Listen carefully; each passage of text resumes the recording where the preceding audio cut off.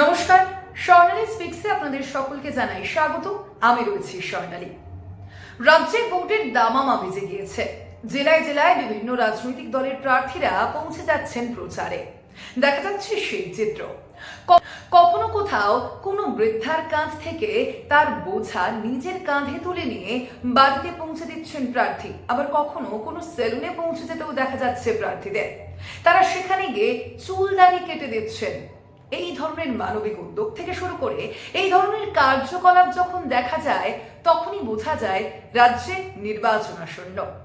রাজ্যে বিধানসভা নির্বাচন রয়েছে আগামী 23শে এপ্রিল এবং 29শে এপ্রিল। মোট 2 দফায় রাজ্যে বিধানসভা নির্বাচন রয়েছে। আমার যে আগের ভিডিও, অর্থাৎ যে প্রথম ভিডিও, সেই প্রথম ভিডিওতেই কিন্তু আপনাদের জানিয়েছিলাম যে আমার যে ভিডিওগুলি থাকবে এর পরবর্তীতে, সেখানে কিন্তু রাজ্যের যে বিধানসভা নির্বাচন, সেই বিধানসভা নির্বাচন কিন্তু যথেষ্টই কেন্দ্রে থাকবে। সেই মতোই আজ আপনাদের সঙ্গে তথ্য শেয়ার করে নিতে এসেছি। একেবারে তথ্যনিষ্ঠভাবে জেলার পরিসংখ্যান তুলে ধরবো আপনাদের কাছে। অবশ্যই একদিনে প্রত্যেক জেলা সম্ভব হবে না। আজ একটি নির্দিষ্ট জেলা আমি বেছে নিয়েছি। সেই জেলা আমার জেলা, অর্থাৎ হাওড়া। হাওড়ায় রাজনৈতিক সমীকরণ ঠিক কি বলছে, রাজনৈতিক তথ্য ঠিক কি বলছে, সেই পরিসংখ্যান আপনাদের সামনে তুলে ধরবো।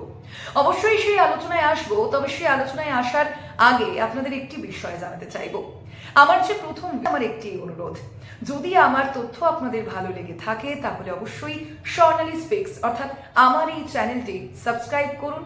অবশ্যই শেয়ার করুন আপনাদের যদি এই তথ্য ভালো লাগে, এবং কমেন্ট এবং লাইকও কিন্তু চাই একই সঙ্গে। এবার আলোচনায় আসা যাক। আগেই জানিয়েছি হাওড়া অর্থাৎ আমার জেলা নিয়ে আজকের আলোচনা। প্রথমেই আসবো বালি কেন্দ্রে। বালিতে আমরা দেখেছি ইতিমধ্যেই যে 2021 সালের যে নির্বাচনের যে হিসাব, সেই হিসাবকে যদি আমরা একটু মাথায় রাখি, সেই হিসাবে দেখা যাচ্ছে রানা চ্যাটার্জি অর্থাৎ বালিতে রানা চ্যাটার্জি তিনি কিন্তু জয়ী হয়েছিলেন 2021 সালের বিধানসভা নির্বাচনে, এবং সেই নির্বাচনে বিজেপি ছিল তার নিকটতম প্রতিদ্বন্দ্বী। বিজেপির সঙ্গে যে মার্জিনটা ছিল, অর্থাৎ যে ব্যবধান ছিল তার, সেই ব্যবধান শুনবেন কত? সেই ব্যবধান ছিল মাত্র 6237। অর্থাৎ রানা চ্যাটার্জি তিনি মাত্র 6237 ভোটে কিন্তু জয়ী হয়েছিলেন তার নিকটতম প্রতিদ্বন্দ্বীর কাছ থেকে, বিজেপি প্রার্থীর কাছ থেকে তিনি জয়ী হয়েছিলেন। এটা বললাম আপনাদের 2021-এর হিসেব। আপনারা কিন্তু প্রত্যেকেই জানেন রাজ্যে এসআইআর অর্থাৎ কি স্পেশাল ইন্টেন্সিভ রিভিশন বা ভোটার তালিকায় বিশেষ নিবিড় সংশোধন ইতিমধ্যেই হয়েছে, এবং গত 28শে ফেব্রুয়ারি চূড়ান্ত ভোটার তালিকা ইতিমধ্যেই প্রকাশিত হয়েছে, এবং সমস্ত যে হিসাব, সেই হিসাব মিলিয়ে দেখা যাচ্ছে 63 লক্ষেরও কিছু বেশি মানুষের নাম কিন্তু ইতিমধ্যেই বাদ গিয়েছে এই তালিকা থেকে। এবং সেখানেই যদি পার্টিকুলারলি এই বালি বিধানসভা কেন্দ্রের ক্ষেত্রে যদি আপনাদের যে হিসাব, সেই হিসাব যদি একবার জানাই, এই যে বালি কেন্দ্র রয়েছে অর্থাৎ বিধানসভা কেন্দ্র রয়েছে, সেখানে এসআইআর এর ক্ষেত্রে বাদ গিয়েছে 35,786 জনের নাম। অর্থাৎ বুঝতেই পারছেন যে এবারের যে লড়াই, সেই লড়াই কিন্তু অনেকটাই হাড্ডাহাড্ডি হতে চলেছে।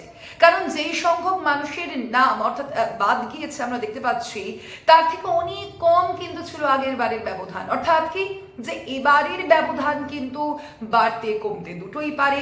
এসআইআর এর যে প্রভাব, সেই প্রভাব কিন্তু অনেকটাই পড়বে এই কেন্দ্রে, অবশ্যই বালি বিধানসভা কেন্দ্রে। যদিও শুধুমাত্র বালি বিধানসভা কেন্দ্রে যে এর প্রভাব পড়বে তা কিন্তু নয়, একই সঙ্গে অন্যান্য কেন্দ্রগুলিতেও অবশ্যই এর প্রভাব পড়বে বলেই কিন্তু আমার মনে হচ্ছে, অন্তত রাজনৈতিক বিশ্লেষকদের একাংশও কিন্তু সেটাই মনে করছে, এবং সেই তথ্য আপনাদের সামনে রাখছি। আপনাদের আরো একটি তথ্য দিয়ে রাখি যে এই যে বালি বিধানসভা কেন্দ্রের কথা বলছিলাম, সেখানে কিন্তু এবার রানা চট্টোপাধ্যায়কে বদল করা হয়েছে। অর্থাৎ কি যিনি জয়ী বিধায়ক, তাকে কিন্তু এবার তার যে কেন্দ্র বদল করা হয়েছে। অবশ্যই তাকে বাদ দেওয়া হয়নি। আপনাদের আগেই জানিয়েছিলাম, আগের ভিডিওতেও জানিয়েছিলাম আমি, যে তৃণমূল কংগ্রেস তারা কিন্তু এবার 74 জনের নাম ইতিমধ্যেই বাদ দিয়েছে, এবং বেশ কিছু জনের যে জায়গা অর্থাৎ যে কেন্দ্র, সেই কেন্দ্র কিন্তু বদল করেছে, এবং তার মধ্যে রয়েছেন রানা চ্যাটার্জি। রানা চ্যাটার্জির যে কেন্দ্র বালি, সেই বালি কেন্দ্র কিন্তু এবার বদল করা হয়েছে। বালিতে এবার কিন্তু প্রার্থী হিসেবে বেছে নিয়েছে তৃণমূল কংগ্রেস কৈলাস মিশ্রকে। অন্যদিকে ভারতীয় জনতা পার্টি সঞ্জয় সিংকে কিন্তু বেছে নিয়েছে। আপনাদের এর আগের ভিডিওয়ে আরো একটি তথ্য দিয়েছিলাম, মনে করুন, যে সঞ্জয় সিং যাকে নিয়ে ইতিমধ্যেই ভারতীয় জনতা পার্টির মধ্যে একটা অসন্তোষ দেখা দিয়েছে। আমরা দেখেছি জেলায় জেলায় বিজেপির যে অসন্তোষের ছবি, আগের যে ভিডিও আমার, সেই ভিডিওতে কিন্তু সেই বহু জেলার নাম আপনাদের সামনে রেখেছি, বহু তথ্য আপনাদের সামনে রেখেছি। আর তার মধ্যে কিন্তু এই সঞ্জয় সিংও ছিল, যাকে কেন্দ্র করে বিক্ষোভ দেখিয়েছেন বিজেপি কর্মী সমর্থকদের একাংশ। অবশ্যই এখানে এই এসআইআর এ যে নাম বাদ পড়েছে, সেই এসআইআর এর নাম বাদ এবং জয়ের ব্যবধানে আমরা দেখেছি তার যে একটা পরিসংখ্যান, সেই পরিসংখ্যানের ক্ষেত্রে বিধানসভা নির্বাচনে তার কতটা প্রভাব পড়ে, অবশ্যই তার দিকে আমাদের নজর থাকবে। তবে আসি পরের কেন্দ্র, অর্থাৎ হাওড়া মধ্য কেন্দ্রে আগের বারের যে ব্যবধান ছিল অরূপ রায়, অর্থাৎ অরূপ রায় কিন্তু এখানের জয়ী বিধায়ক তিনি, এবং এবারও তার উপরই ভরসা করেছে তৃণমূল কংগ্রেস নেতৃত্ব। এবং আগের বারের যে ব্যবধান আপনাদের জানাচ্ছি 46,547, এই ব্যবধানে কিন্তু জয়ী হয়েছিলেন অরূপ রায়। অবশ্যই বেশ অনেকটা ব্যবধান, কিন্তু তার পাশাপাশি এসআইআরেও কিন্তু অনেকটাই নাম বাদ গিয়েছে, অর্থাৎ বাদ গিয়েছে প্রায় 42,695 জনের নাম। এটাও কিন্তু যথেষ্ট স্ট্রাইকিং। এবার বিজেপি তাদের যে প্রার্থী, জানেন কি আপনি, বিজেপি কিন্তু এই কেন্দ্রে কোনো প্রার্থী ঘোষণা করেনি, যদিও আমরা এখনো জানি না তার কি কারণ তৃণমূল কংগ্রেস তাদের পূর্ণাঙ্গ যে তালিকা, সেই তালিকা কিন্তু প্রকাশ করে ফেলেছে। এবং অবশ্যই তারা যে প্রচার, অর্থাৎ যে প্রার্থীরা রয়েছেন, তারা কিন্তু তাদের প্রচারও কিন্তু ইতিমধ্যেই চালিয়ে যাচ্ছেন বিভিন্ন কেন্দ্রে। অন্যদিকে বিজেপি, ভারতীয় জনতা পার্টি, যারা নিজেদের প্রধান বিরোধী দল হিসেবে দাবি করে, অবশ্যই তথ্যের অর্থাৎ সংখ্যার পরিসংখ্যানে দেখা যায় যে তারাই রাজ্যের প্রধান বিরোধী দল, এবং তারা যেখানে বারংবার রাজ্যের সংখ্যাগরিষ্ঠতার দাবি করে আসছে, এই বিধানসভা নির্বাচনে নাকি তারা সংখ্যাগরিষ্ঠতায় জয়ী হবে, সেই দাবি আদৌ কতটা ধুপি টেকে, সেখানেই কিন্তু একটা প্রশ্ন উঠে যাচ্ছে। কেন সেই প্রশ্ন? কারণ এখনো পর্যন্ত হাওড়া মধ্য যে কেন্দ্র রয়েছে, সেই কেন্দ্রে ভারতীয় জনতা পার্টি কোনো প্রার্থী দিতে পারেনি। কবে তারা প্রার্থী দেবে, কবে তারা প্রচার শুরু করবে, সেটাও কিন্তু অবশ্যই প্রশ্নের সম্মুখীন হয়ে যাচ্ছে। পাশাপাশি আপনাদের জানাবো পরবর্তী যে কেন্দ্র, তা হলো শিবপুর কেন্দ্র। শিবপুরে অবশ্যই এবারের একটা গুরুত্বপূর্ণ লড়াই দেখতে চলেছি আমরা বলেই কিন্তু মনে করছেন সকলে, কারণ শিবপুরে এবার রুদ্রনীল ঘোষ, তাকে ভারতীয় জনতা পার্টি এবার প্রার্থী করেছে। অবশ্যই রুদ্রনীল ঘোষ কিন্তু অত্যন্ত পরিচিত মুখ, অভিনেতা, এবং বহুদিনের অভিনেতা, বিশিষ্ট অভিনেতা তিনি, এবং রাজনীতির ক্ষেত্রেও কিন্তু তার অনেক দিনই হয়েছে। যদিও একাধিক রাজনৈতিক দল সেক্ষেত্রে পরিবর্তিত হয়েছে, তার যে রাজনৈতিক যদি কোনো পোর্টফোলিও বানানো হয়, তাহলে সেখানে যদিও দলটা মাঝে মধ্যেই বদলে গিয়েছে, তবে বর্তমানে তিনি ভারতীয় জনতা পার্টির হয়েই প্রার্থী হিসেবে দাঁড়িয়েছেন। অর্থাৎ বোঝাই যাচ্ছে যে শিবপুর কিন্তু এবারে বিধানসভা নির্বাচনে হাওড়ার ক্ষেত্রে যথেষ্টই নজর কাড়া কেন্দ্র হতে চলেছে। পরের কেন্দ্র উলুবেড়িয়া পূর্ব, সেখানে ঋতব্রত বন্দ্যোপাধ্যায়কে এবার তৃণমূল কংগ্রেস নেতৃত্ব তারা প্রার্থী করেছে। ঋতব্রত বন্দ্যোপাধ্যায়কে অবশ্যই আমরা জানি রাজ্যসভার প্রাক্তন সাংসদ তিনি। তার যে সাংসদ পদের মেয়াদ যেহেতু শেষ হয়েছিল, এবং তারপরেই কিন্তু এবার ঋতব্রত বন্দ্যোপাধ্যায়কে তৃণমূল কংগ্রেস তারা কিন্তু এবার এখানে প্রার্থী করেছে, অর্থাৎ উলুবেড়িয়া পূর্বে কিন্তু প্রার্থী করেছে, এবং এখানেও ভারতীয় জনতা পার্টি প্রার্থী ঘোষণা করেনি। 4 নম্বর কেন্দ্র, আমি শুধু পরপর আপনাদের এই যে কেন্দ্রগুলি, সেই কেন্দ্র অর্থাৎ যেখানে যেখানে এখনো পর্যন্ত ভারতীয় জনতা পার্টি তাদের প্রার্থী ঘোষণা করেনি, সেটা কিন্তু চিহ্নিত করতে করতে যাব। 4 নম্বর কেন্দ্রে এখনো পর্যন্ত ঋতব্রত বন্দ্যোপাধ্যায়ের বিপক্ষে কে দাঁড়াবে বিজেপির হয়ে, অর্থাৎ প্রধান বিরোধী দলের প্রার্থী কে হবে, তা কিন্তু এখনো পর্যন্ত বিজেপি বলতে পারেনি, অর্থাৎ বিজেপি ঠিক করতে পারেনি। উলুবেড়িয়া দক্ষিণ, সেখানে পুলক রায়কে প্রার্থী করেছে তৃণমূল কংগ্রেস। অবশ্যই এটাও কিন্তু একটা হাই ভোল্টেজ কেন্দ্র হাওড়ার ক্ষেত্রে। পাশাপাশি এখানে বিজেপি প্রার্থী করেছে মঙ্গলানন্দ মহারাজকে। এখানে গতবারের যে ব্যবধান, সেই ব্যবধান ছিল 28,438, আর এখানে বাদ গিয়েছে 15,966 জনের নাম।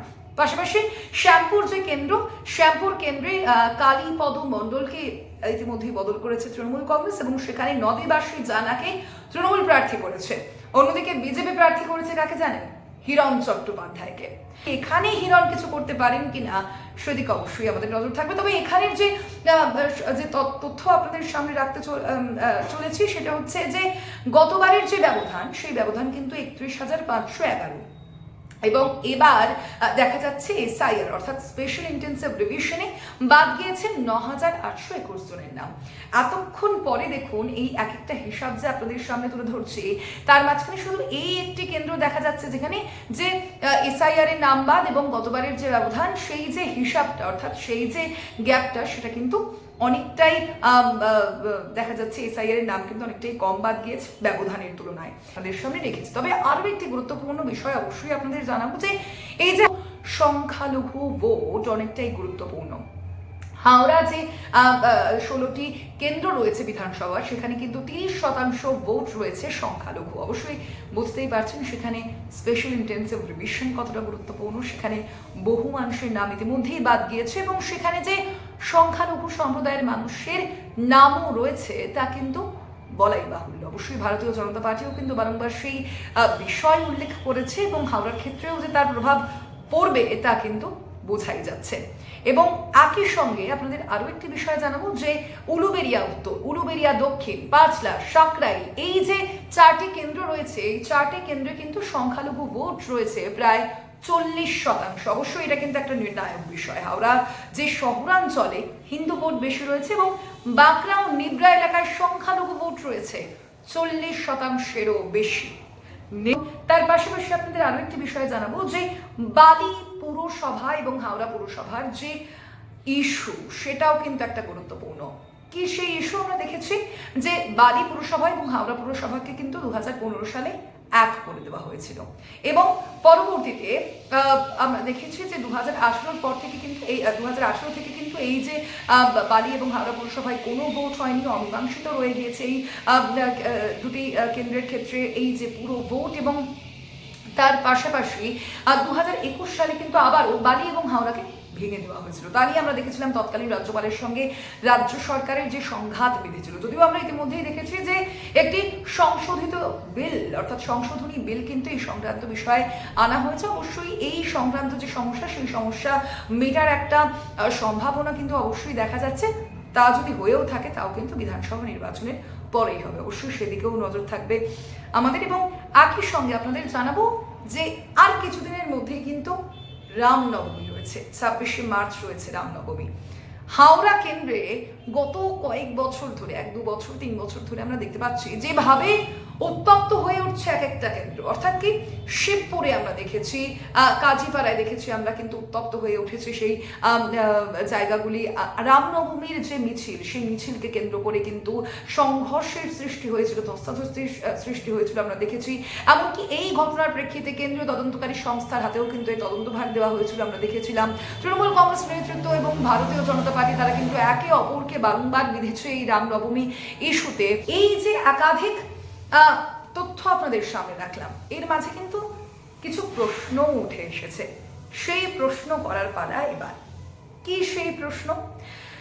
ভারতীয় জনতা পার্টি যারা নিজেদের প্রধান বিরোধী দল বলে দাবি করে এবং একই সঙ্গে তারা কিন্তু এই দাবিও করে এসেছে, আমরা দেখেছি যে এবছর বিধানসভা নির্বাচনে তারা সংখ্যাগরিষ্ঠতা পাবে। যে দল এই দাবি করছে সেই দলই এই যে হাওড়া অর্থাৎ হাওড়ার যে 16টি বিধানসভা কেন্দ্র রয়েছে, সেখানে কিন্তু হিন্দু প্রধান অবশ্যই এই একাধিক কেন্দ্র। এবং সেখানে এখনো পর্যন্ত 4টি কেন্দ্রে ভারতীয় জনতা পার্টি কোনো প্রার্থী দিতে পারেনি। খুব স্বাভাবিকভাবেই এই প্রশ্ন কিন্তু উঠে দাঁড়ায় যে হিন্দু প্রধান অঞ্চলে এখনো পর্যন্ত বিজেপি কি ভাবছে? এখনো পর্যন্ত কেন কোনো প্রার্থী দিতে পারছে না ভারতীয় জনতা পার্টি এই কেন্দ্রগুলিতে? তাহলে কি কোনো চমক রয়েছে? আদৌ কি কোনো চমক থাকবে, নাকি এখনো পর্যন্ত কিছু নির্ধারণই করতে পারছে না তারা? প্রশ্ন কিন্তু অবশ্যই রয়েছে। হিরণ চট্টোপাধ্যায় তিনি কিন্তু আগেরবার জয়ী হয়েছিলেন, কিন্তু এবার হাওড়াতে যে তাকে প্রার্থী করা হলো, তিনি কি আদৌ তার খাতা খুলতে পারবেন এই কেন্দ্রে? সেই প্রশ্ন কিন্তু উঠে আসছে। পাশাপাশি অবশ্যই লোকসভায় কিন্তু হাওড়ায় এই যে বিজেপি অর্থাৎ ভারতীয় জনতা পার্টির কিন্তু পার্সেন্টেজ কিছুটা হলেও বেড়েছিল, কিন্তু তার যে প্রতিফলন, সেই প্রতিফলন কিন্তু এখনো পর্যন্ত সেই মতো দেখা যাচ্ছে না। অর্থাৎ প্রার্থী তারা দিতে পারেনি, তারা প্রচারও খুব স্বাভাবিকভাবেই শুরু করতে পারেনি কেউ। এবং তাদের যে পার্সেন্টেজ, সেই পার্সেন্টেজ কি তারা সংখ্যায় তবদিল করতে পারবে বা সংখ্যায় রূপান্তরিত করতে পারবে? সেটাও কিন্তু একটা প্রশ্ন। এই ভিডিওর আগে আপনাদের জানিয়েছি যে এই যে কেন্দ্রগুলি রয়েছে সেখানে কিন্তু সংখ্যালঘু যে ভোটের পরিমাণ তা কিন্তু 30%-এরও বেশি। এই ভোট কার দিকে যাবে? তৃণমূল কংগ্রেসের দিকে যাবে, নাকি ভারতীয় জনতা পার্টির দিকে যাবে, প্রধান বিরোধী রাজনৈতিক দল যারা, নাকি এই দুজনের মধ্যে কোনো দিকেই না গিয়ে তা ভাগ হয়ে যেতে পারে কি আদৌ এআই মিম বা আইএসএফ বা আম জনতা উন্নয়ন পার্টি, হুমায়ুন কবিরের আম জনতা উন্নয়ন পার্টি? সেটাও কিন্তু একটা প্রশ্ন। অবশ্যই একাধিক প্রশ্ন ইতিমধ্যেই আপনাদের সামনে রাখলাম, উত্থাপন করলাম। এই প্রশ্নগুলো খুব স্বাভাবিকভাবেই আসে এবং যে তথ্য পরিসংখ্যান দিয়েছি সেটাও কিন্তু ভাবনার বিষয়। আপনারাও কিন্তু ভাবুন যে কি হতে চলেছে। হাওড়ায় দ্বিতীয় দফায় ভোট রয়েছে এবং সেই দ্বিতীয় দফায় ভোটে ঠিক কি হতে চলেছে এবং রেজাল্ট কী হবে, অর্থাৎ তার জন্য কিন্তু আমাদের 4 মে পর্যন্ত অবশ্যই অপেক্ষা করতে হবে। 4 মেতে ঠিক কি রেজাল্ট বেরোয়, আমার যে তথ্য পরিসংখ্যান আপনাদের দিয়েছি তার কতটা প্রভাব পড়ে আপনারা কিন্তু তখন মিলিয়ে একবার দেখে নিতে পারেন। আবারও আপনাদের বলবো যে আমার এই তথ্যনিষ্ঠ ভিডিও যদি আপনাদের ভালো লাগে, এই পরিসংখ্যান যদি আপনাদের ভালো লাগে, তাহলে কিন্তু অবশ্যই স্বর্ণালী স্পিক্সকে সাবস্ক্রাইব করুন, বেল আইকনে ক্লিক করুন এবং একই সঙ্গে যদি এই তথ্য ভীষণ ভালো লেগে থাকে তাহলে শেয়ার করুন, কমেন্ট করুন এবং একই সঙ্গে লাইক করতেও কিন্তু ভুলবেন না। আজ এ পর্যন্তই। শুভরাত্রি।